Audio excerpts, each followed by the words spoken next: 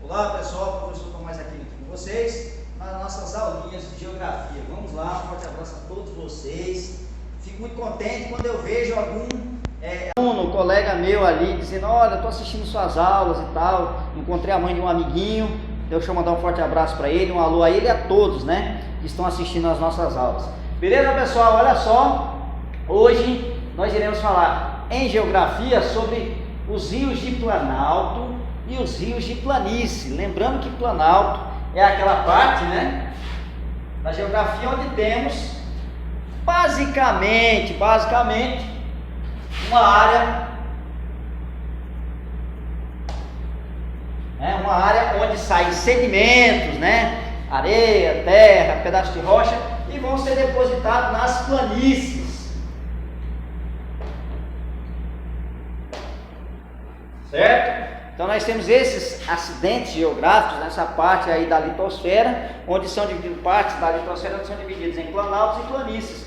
E esses planaltos e planícies eles vão influenciar também diretamente aí no curso dos rios. É o que a gente vai ver agora. Nós veremos que tem rios de planalto e rios de planície. Antes, basicamente, a gente vai dar uma observadazinha na utilização dos rios. Em que os rios podem ser utilizados?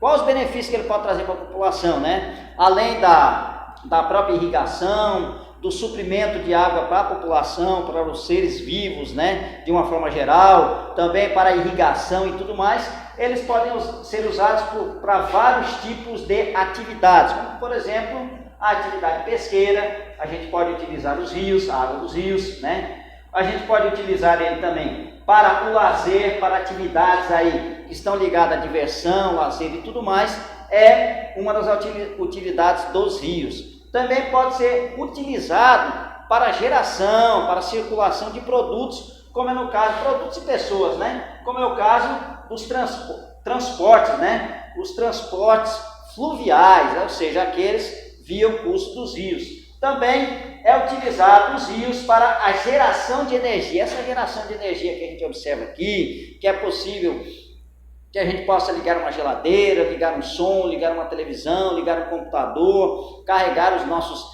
celulares, smartphones, tablets e tudo mais, é graças à geração de energia. E o Brasil, ele é campeão na geração de energia hidrelétrica, né? E aí, através da força das águas, da movimentação das águas, ela vai proporcionar, vai promover a geração da energia que chega até as nossas casas. Beleza, pessoal? Então nós temos exemplos aqui de vários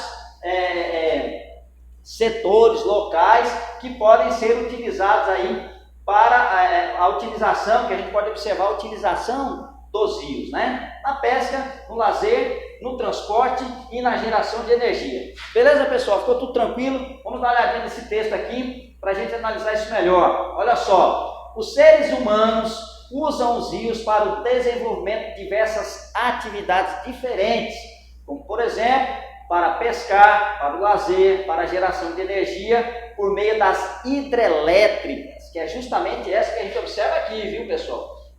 Todo esse equipamento, todo esse aparato, toda essa estrutura que ela vai possibilitar a geração de energia para a gente, ok? Para que as turbinas de uma hidrelétrica possam funcionar, é preciso que a água passe com bastante força. Por isso, para sua construção, são indicados rios que apresentam grande volume de água e quedas d'água também. E a gente vai ver qual dos rios, daqueles que a gente comentou, nessa de Planalto e de Planície, que é apropriado para a geração de energia através das hidrelétricas. Os rios também podem ser usados como vias de circulação. Por eles podem circular produtos e pessoas por um baixo custo e com poucos prejuízos ambientais, ou seja, aqueles prejuízos que a gente observa, né, com outros meios de transporte, tipo, por exemplo, a queima de combustível fóssil, que é através do quê? Da queima da gasolina, do combustível, do diesel e tudo mais que a gente observa onde? Na circulação de carros, motos, táxis, ônibus e tudo mais, a gente observa que esses tipos de transporte, eles poluem a atmosfera. Já o transporte fluvial, dificilmente ele vai agredir tanto a natureza como esses tipos de transporte que a gente já falou, né? Para que um seja utilizado como uma via, né, um rio seja utilizado como uma via de transporte, é recomendável que o rio tenha boa navegabilidade, ou seja, ele seja bom, aquele rio seja um rio calmo, tranquilo, sem muita queda, sem muita cachoeira, que vai dar aquelas condições para ele ter essa palavrão, né, esse palavrão chamado navegabilidade, ou seja, para que ele seja apropriado para fazer uma boa navegação, como a gente observa aqui. Um rio já com essas características, a gente observa que tem uma certa dificuldade, né? Ele serve mais para um lazer e um esporte, daqueles chamados esportes radicais, né? Daquelas pessoas que gostam de adrenalina, de emoção à flor da pele. Beleza, pessoal? Então é isso aí, deu para a gente entender direitinho a importância, a utilização dos rios e para que ele serve? Para várias atividades: pesca, lazer, transporte de pessoas e mercadorias e geração de energia. Prosseguindo, vamos lá. E aí vamos começar a falar agora desses rios, né? Classificar esses rios em rios de planalto, aqueles que têm aquela certa declividade, altura, queda d'água, salto e tudo mais, que ele vai proporcionar essas características aqui que a gente está observando. Esses rios, eles já não são tão apropriados para aquela navegabilidade, ou seja, para o transporte marítimo de pessoas e objetos, mas ele já é mais apropriado para a geração de energia. O Brasil tem uma grande quantidade desse tipo de rio, certo? Dos rios de planalto, pela geografia, pelo formato da litosfera, dessa camada superficial da Terra, a gente observa que os rios que predominam, ou seja, que tem maior quantidade no território brasileiro, já é justamente os rios de planalto. Beleza? Deu para pegar a ideia? Vamos ao texto.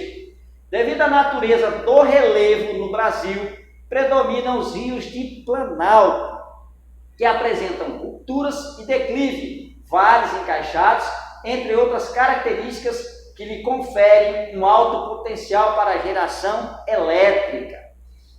Encaixoeirados e com muitos desníveis entre as nascentes e a foz dos rios de planalto, apresentam grandes quedas d'água. O Rio São Francisco e o Rio Paraná são os principais rios de planalto do Brasil. E a gente exemplifica, né?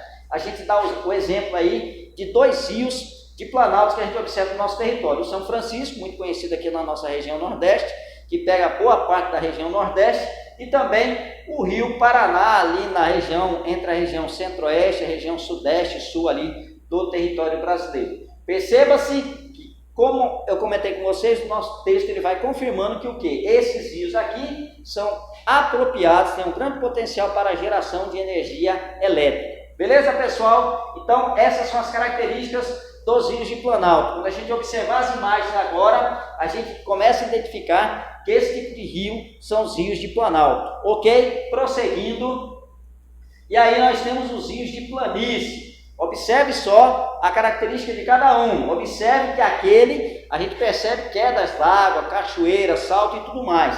Esse não, já é um rio mais calmo, né? Você perceba assim que ele já tem uma certa... regular ali, o leito dele já tem aquele nível constante, não tem muita diferença, não tem muita queda, muita cachoeira não, ou seja, ele já é um rio mais calmo. E a gente observa duas imagens aqui desses rios, né? O rio Amazonas é um dos principais rios de planície que nós temos aí, e também o rio Paraguai também é um dos principais rios de planície que a gente pode observar dentro do nosso território brasileiro. Lembrando que os rios de planalto são os que tem mais no nosso território. Em menor quantidade, temos no Brasil os rios que correm nas planícies, sendo usados basicamente para a navegação fluvial, ou seja, aquela dos rios utilizada para transporte de pessoas e objetos. Por não apresentarem cachoeiras e saltos em seu percurso, é a principal característica desses rios de planície. Como exemplo, podem ser citados alguns rios da bacia amazônica, da região norte, lembrando onde fica o rio Amazonas, né?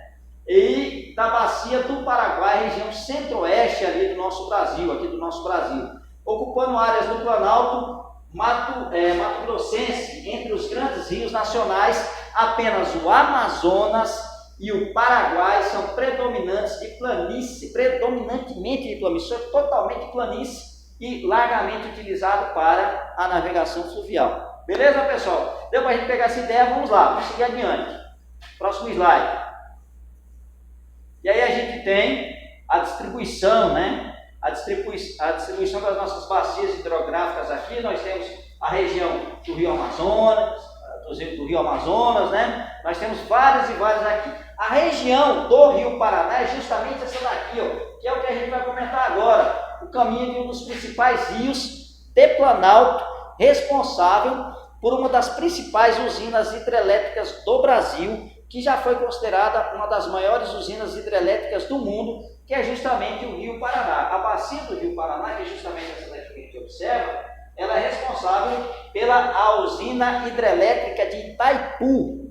Ela gera uma grande quantidade de energia, principalmente para a região sul e sudeste do Brasil. Construída ainda no período que vocês vão estudar futuramente, da ditadura militar, vocês vão ver as características dessa importante usina hidrelétrica, que hoje já foi superada por uma usina hidrelétrica chinesa também, ou seja, o tamanho dela, o potencial dela. Beleza, pessoal? Então é isso aí, a gente tem esse mapazinho físico, representando os principais rios, né? As principais bacias hidrográficas do nosso território, do território brasileiro. O Rio Paraná é o principal formador da Bacia do Prata, que é justamente a região ali onde ele deságua. É considerado em sua extensão total até a Foz, da Foz ao estuário do Prata, o oitavo maior rio do mundo em extensão. O oitavo maior rio do mundo em extensão, e aqui da América do Sul ele é o maior, perdendo apenas para o Amazonas, né? Com 4.880 quilômetros de extensão. É o maior da América do Sul depois do Amazonas.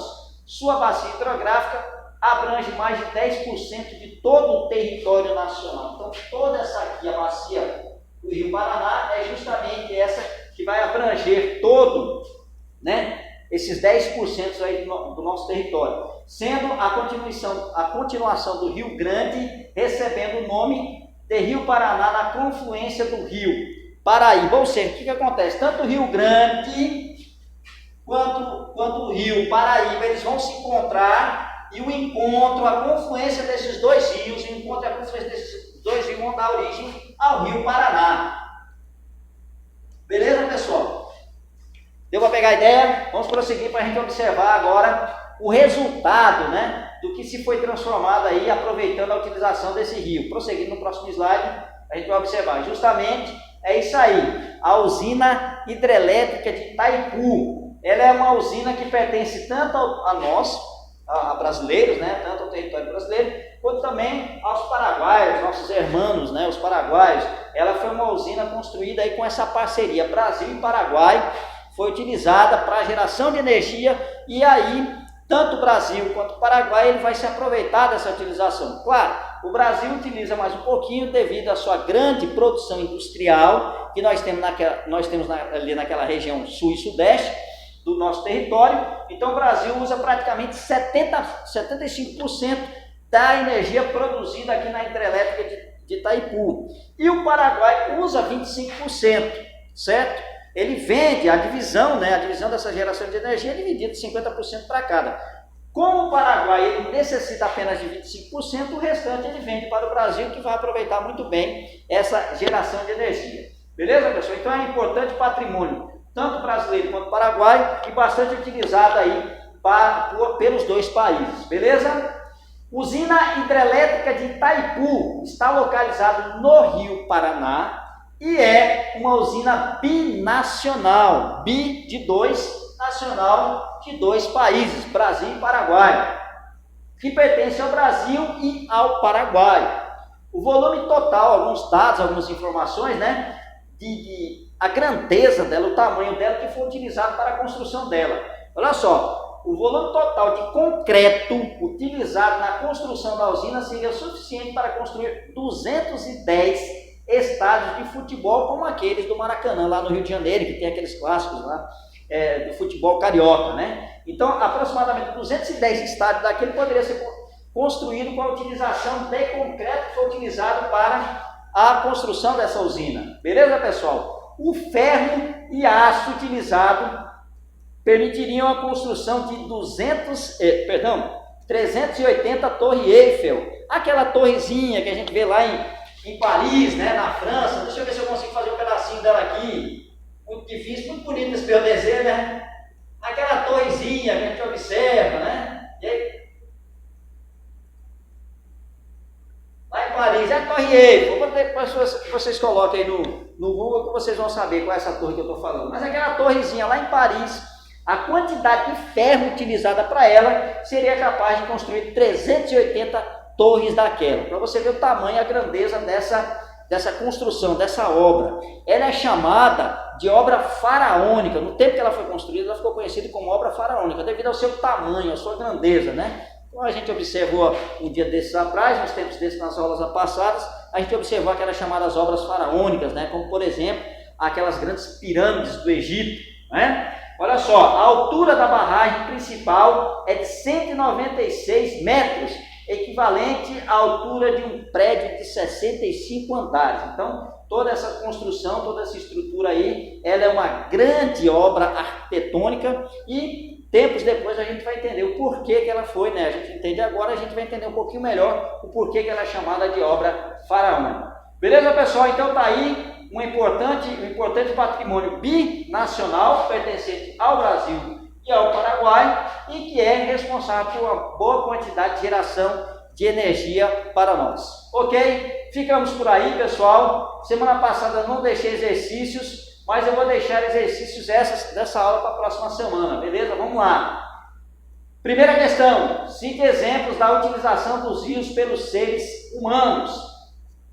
Segunda questão, rios que apresentam grandes quedas d'água, encachoeirados e com muitos desníveis entre nascente e a foz são denominados de... Qual é o nome desse rio? Quero saber o nome dele. Rios usados basicamente para a navegação fluvial, por não apresentarem cachoeiras e saltos em seu percurso, são denominados de... Como são chamados esses rios? Beleza, pessoal? Quarta e última questão. A usina hidrelétrica de Itaipu está localizada em qual rio e a que países ela pertence? Beleza, pessoal? Ficamos por aí. Nossos referenciais, prosseguindo, nossos referenciais, não tem mensagem, mas tem um forte abraço para vocês. Fiquem todos com Deus, um forte abraço e até a nossa próxima aula. Valeu!